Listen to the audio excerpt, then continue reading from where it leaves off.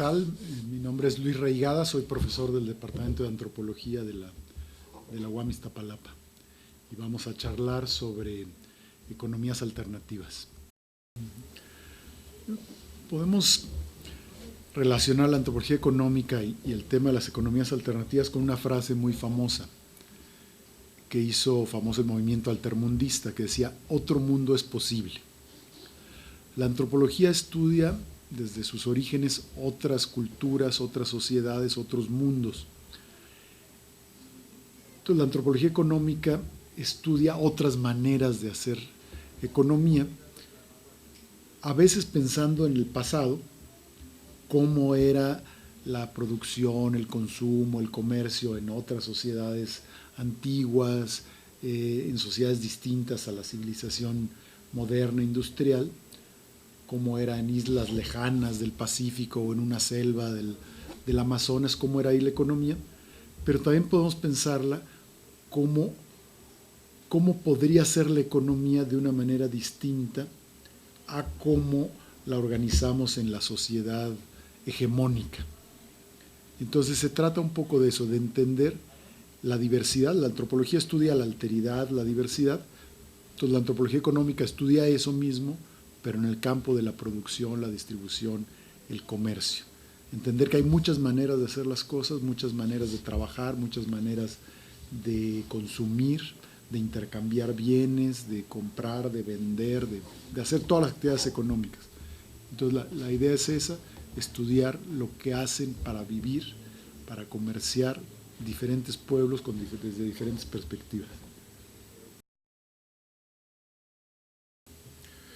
Bueno, podemos entender las economías alternativas a partir de algunos ejemplos.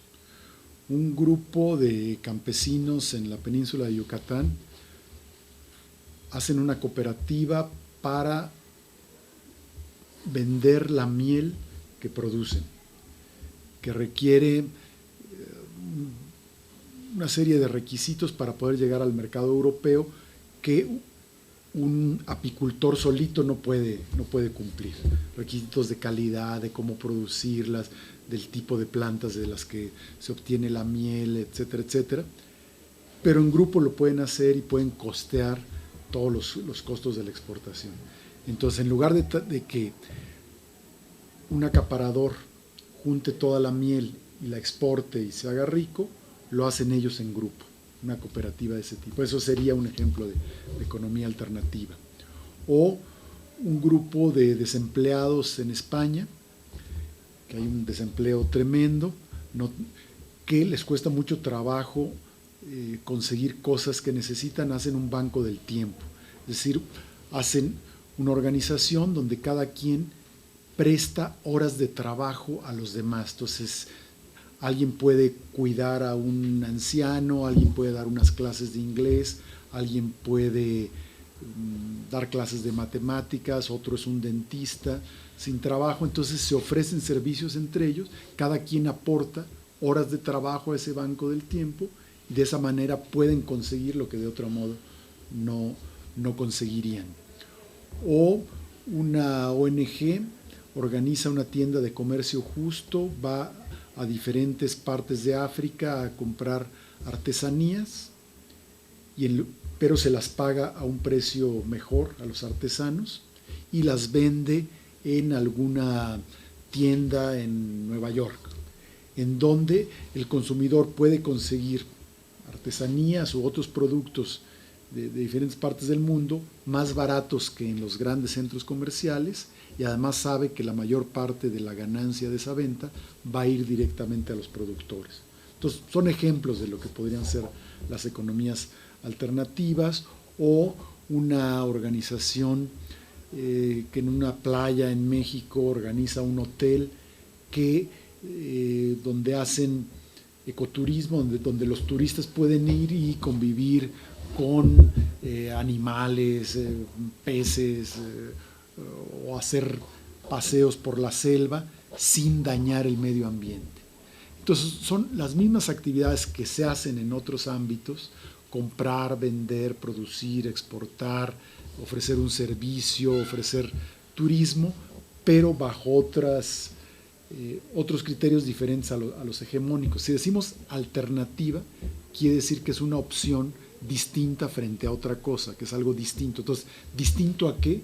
Distinto a la sociedad de mercado y a la organización capitalista, que busca fundamentalmente la ganancia individual, el enriquecimiento de unos cuantos y comprar y vender nada más.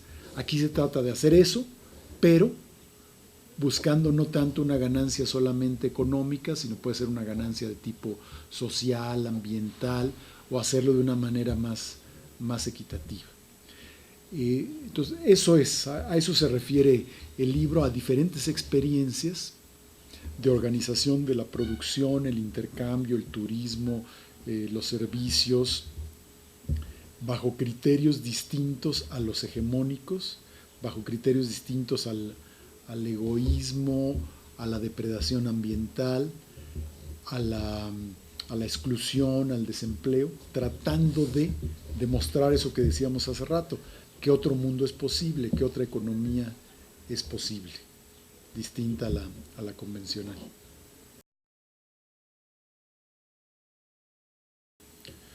Yo creo que hay de las dos cosas. Hay algunas que sí tienen una orientación anticapitalista, antisistémica, pero la mayoría no, la mayoría conviven con el capitalismo y con el mercado. Por ejemplo, una tienda de comercio justo está haciendo comercio, está dentro del mercado, pero un mercado que trata de ser más equitativo. Y me parece que han tenido mucho auge estas alternativas económicas, que yo llamo economías alternativas, porque algunos hablan de economías solidarias, precisamente por la dificultad para cambiar el sistema como un todo. Es decir, hace unas décadas muchas personas en el mundo no trataban de crear alternativas dentro del capitalismo, sino de superar el capitalismo. Varios países hicieron revoluciones donde lo que trataban era de implantar otra economía, pero totalmente por fuera del capitalismo, los países socialistas, en donde en lugar de que hubiera propiedad privada de la riqueza, de los principales medios de producción, era una propiedad colectiva, en donde en lugar de que el mercado organizara la economía, la organizaba el Estado, que hacía planes de qué se debería producir, cómo se debería distribuir. Entonces, la caída de los países socialistas, que desaparecieron en muchos casos los regímenes socialistas, como pasó en Polonia, la Unión Soviética, Rumanía, Hungría, etc., o su transformación, como en el caso de China, que no se cayó el sistema socialista, pero cada vez se fue más hacia una economía mixta, capitalista, hizo pensar que había que buscar alternativas al lado del sistema o dentro del sistema, ya que no estaba en puerta una revolución socialista, o que las experiencias socialistas habían fracasado, en algunos casos sí fracasaron estrepitosamente porque llevaron a dictaduras, a una economía a veces muy ineficiente. Entonces surgieron la idea de, pues no hay que esperarnos a que haya una revolución socialista para organizar la economía de otra manera, podemos tratar de organizarla de otra manera. Si esto tiene razón o no, si es ingenuo, si tiene posibilidades, eso es una de las cosas que habría que discutir, pero mucho surge por eso están en auge en las últimas décadas, porque no hay muchos países socialistas y los pocos que hay no están funcionando muy bien, como el caso de Corea del Norte, por ejemplo, que es una dictadura y que no es ejemplo de nada, ni de eficiencia económica ni de justicia. Entonces, ¿por qué esperar? También tiene que ver con la experiencia del zapatismo. El zapatismo del movimiento indígena en Chiapas, en México, en las últimas décadas, al principio se planteó tomar el poder como muchos movimientos clásicos, pero después dijeron, bueno, no tenemos que esperarnos a tomar el poder en la Ciudad de México, podemos hacer nuestra autonomía y nuestras formas de organización democráticas, mandar obedeciendo aquí en Chiapas. Entonces organizaron los caracoles, los municipios autónomos, eso en la esfera política. Pero entonces hay quien dice que también se podría hacer esto a nivel económico, que no es necesario esperar a que un movimiento antisistémico tome el poder y organice toda la economía de un país, que se pueden ir construyendo experiencias solidarias desde ahora. Hay quien piensa que esto poco a poco va a ir minando el sistema y lo va a destruir. Hay quien piensa que no lo va a destruir y que van a coexistir. Lo que hemos tratado de hacer, un grupo de antropólogos y otros estudiosos, es no discutir tanto si estas experiencias van a destruir o no el sistema, sino ver lo que pasa por medio de una etnografía, ver qué es lo que logran hacer y qué es lo que no logran.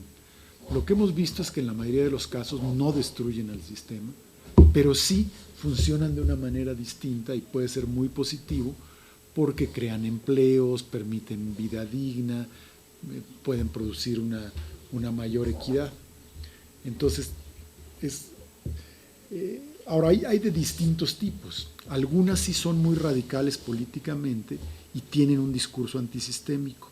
Otras experiencias no tienen para nada esa orientación política radical, sino simplemente hacen lo que hacen con objetivos más limitados, pero todas son valiosas. O sea, no podemos descartarlas porque no tienen una ideología radical.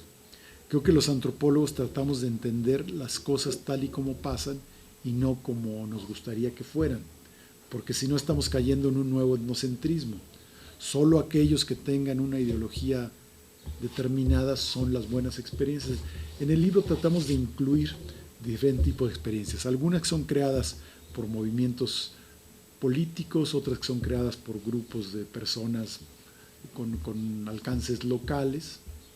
Hay de todo tipo y todas tienen algo que aportar, digamos. No estoy diciendo que todas sean iguales de alternativas o de positivas o de buenas o de deseables, pero son búsquedas que primero hay que ver en qué nivel de desarrollo están y qué dilemas se les presentan en la práctica. Entonces, en general, están dentro del mercado. No necesariamente dentro del capitalismo, porque si, por ejemplo, es una cooperativa que vende para el mercado, está dentro del mercado, pero no hay necesariamente capitalistas, no hay la división entre capitalistas y trabajadores. Puede ser que todos los trabajadores sean dueños, entonces son al mismo tiempo dueños y trabajadores, no hay la relación capitalista-obrero típica del capitalismo, pero sí está dentro del mercado. Aquí hay una discusión fascinante de si se necesita el mercado para que pueda funcionar una economía en gran escala con millones de personas. Si es indispensable. Los países socialistas trataron de eliminar el mercado, nunca lo eliminaron por completo, y entre más se acercaron a eliminar al mercado, empezaron a tener más problemas. Entonces, esa es una pregunta ya para el debate político de ¿es indispensable el mercado o no? La dejo como para la reflexión. Y si puede haber diferentes formas del mercado. O sea, si la discusión es salimos del mercado o organizamos los mercados de diferentes maneras, porque la antropología, empezando por Karl Polanyi, mostró que no todos los mercados son iguales, que los mercados están incrustados en culturas y sociedades diferentes, están regulados de manera diferente. Entonces, la discusión no es solo mercado sí o mercado no, sino qué tipo de mercado, qué tipo de regulación del mercado, porque no es lo mismo un mercado controlado por un monopolio, un mercado controlado por el Estado, un mercado bien regulado, mal regulado, hay muchas maneras de organizarlo. Surgen en muy distintos contextos. Yo me atrevería a decir que en muy distintas épocas ha habido formas alternativas de hacer las cosas, formas distintas, pero en algunas épocas hay mucho más. En épocas de grandes transformaciones económico-sociales, de grandes convulsiones, surgen este tipo de búsquedas. Por ejemplo, en la Revolución Industrial, muchos campesinos se quedaron sin tierra, tuvieron que emigrar a las ciudades. Muchos artesanos enfrentaron la competencia de empresas industriales que producían a más bajo costo, con mayor eficiencia, y empezaban a ser desplazadas. Entonces, la falta de trabajo o los malos tratos en las nacientes industrias, porque en ese tiempo no había sindicatos que defendieran a los trabajadores, no había leyes laborales, esa explotación exacerbada hicieron que se buscaran muchas alternativas. Es cuando surgió el llamado socialismo utópico, el movimiento cooperativo, los bancos del tiempo y también muchas otras búsquedas, porque había problemas muy fuertes. Oyéndonos más cerca en el tiempo, hacia el cambio del siglo, hacia 2000, 2001, 2002, en Argentina hubo una tremenda crisis económica y política. Los gobiernos argentinos establecido una paridad entre el peso argentino y el dólar. Valía un peso argentino, valía lo mismo que un dólar. Pero en Argentina había habido inflación, entonces eso ya no correspondía mucho con la realidad, y entonces ocurrió lo siguiente, que salía muy barato importar cosas. Entonces salía más barato importar un par de zapatos de Brasil o de China o de otras partes del mundo que producirlo en Argentina. Quebraron muchas empresas. No podían competir con todos los productos importados que salían muy baratos. Entonces, en ese contexto de que quebraron muchas empresas, surgió la toma de fábricas o la recuperación de fábricas, como le llamaban allá. Entonces, muchos obreros que después de 30 años de trabajar en una fábrica se quedaban en la calle sin empleo, sin posibilidad de conseguir empleo porque había muchos desempleados en ese momento y además ya tenían 50, 60 años de edad, nadie los iba a contratar, tomaron las fábricas y crearon cooperativas. Entonces no surgió tanto porque hubiera llegado ahí alguien a decir vamos a hacer cooperativas, no, surgió muchas veces por necesidad, porque estaban sin empleos. O los bancos del tiempo que comentaba, donde han funcionado mejor es donde hay mucho desempleo, donde hay mucha gente que tiene tiempo, pero no tiene quien lo contrate y tiene necesidades, entonces se les ocurre organizar este intercambio de horas de tiempo donde yo hago una cosa y presto un servicio y otra gente me presta otro servicio, me da una clase, cuida a mis hijos, intercambiamos sin usar dinero porque no tenemos dinero. El trueque, que también a veces se habla como una forma de economía alternativa, en esos años en Argentina también hubo muchos clubes de trueque. Como no tenían dinero, incluso a la gente no podía sacar dinero de los bancos porque hubo el famoso corralito que limitaba la cantidad de dinero que las personas podían sacar de su tarjeta de crédito, de su cuenta de banco, porque tenían miedo que sacaran eso, sobre todo de las cuentas en dólares, cuando se iba a venir una devaluación. Entonces, como no tenían dinero, implementan el trueque. Entonces surge por una necesidad inmediata, no tengo trabajo, cerró la fábrica donde trabajaba, tuve que emigrar a la ciudad, o por cuestiones sistémicas más generales de grandes transformaciones. También puede ser por transformaciones tecnológicas. Si hay una transformación tecnológica y una nueva máquina sustituye a muchos obreros, se quedan sin trabajo muchas personas, eso puede empujarlos a buscar una alternativa. O la caída del socialismo, también, que era una manera de organizar la economía, eso también hace buscar alternativas. Hay otros factores, a veces puede ser un movimiento político, un movimiento social que organiza a la gente y les hace y promueve formas de trabajo distintos. Por ejemplo, el movimiento de los sin tierra en Brasil es un movimiento campesino en contra de los terratenientes por conseguir una tierra. Ya que tienen la tierra, dicen, bueno, pues ya estamos organizados, vamos a organizarnos también para la producción, para producir en conjunto o en colectivo, comprar juntos la semilla, ir a vender juntos nuestro producto. Entonces ahí puede ser un impulso político. Incluso puede ser un impulso religioso. Una de las experiencias más notables de economía, de cooperativas y y economías cooperativas son los kibbutz en Israel. Cuando personas judías, de religión judía de diferentes partes del mundo,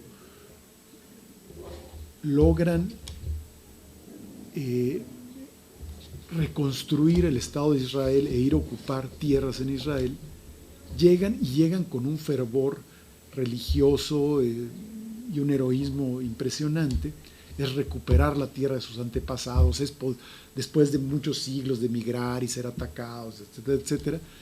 Vamos a llegar ahí, y llegan unidos por una ideología, un nacionalismo, el famoso sionismo también, y por una religión. Entonces, esa unidad ideológico-religiosa los lleva a organizar cooperativas agrícolas y urbanas, y organizan el movimiento de los kibbutz y otros, que fueron cooperativas que funcionaban muy bien porque tenían esa ideología religiosa.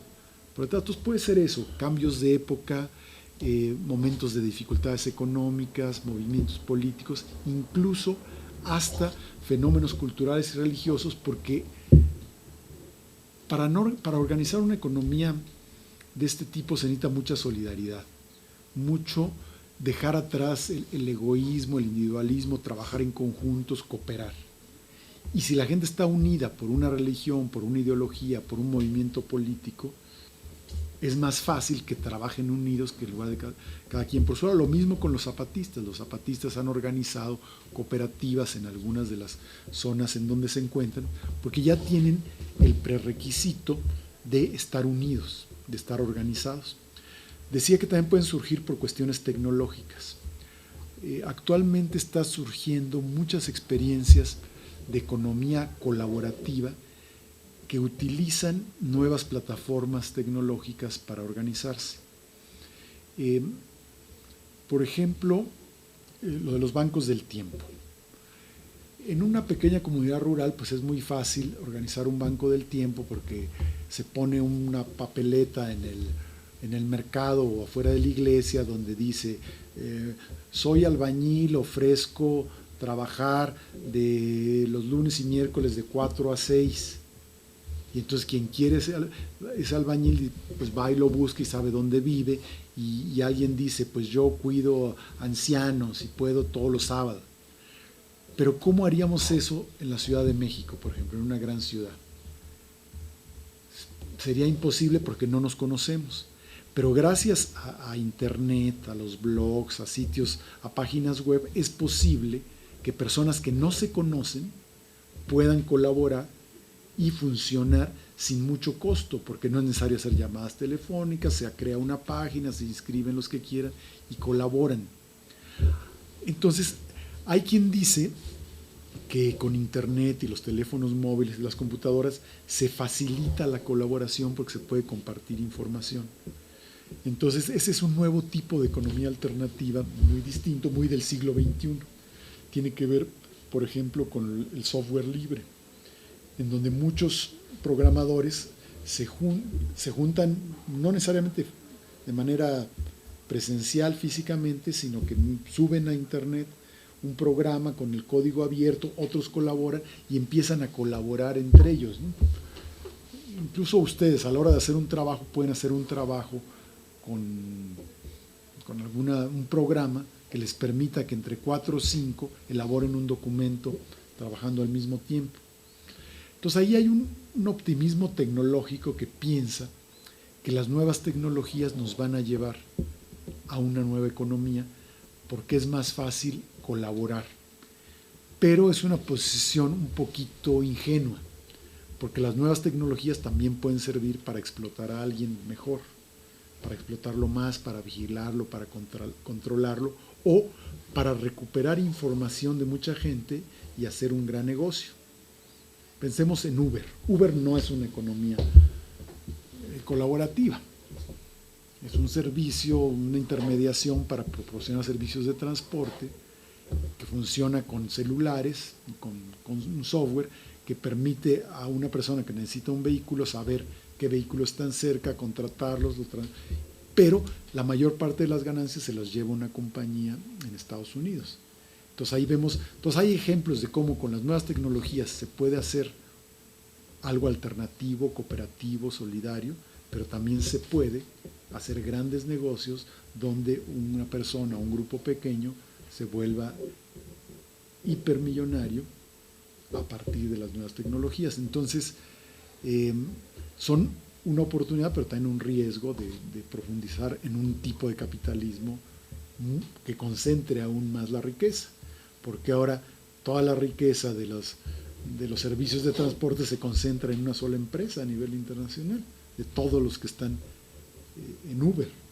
Entonces, bueno, eso de la tecnología siempre hay que verlo con cuidado. Entonces surgen por diferentes causas, en contextos de crisis, de cambio tecnológico, cuestiones ideológicas, culturales, etc. Y muchas veces surgen por necesidad.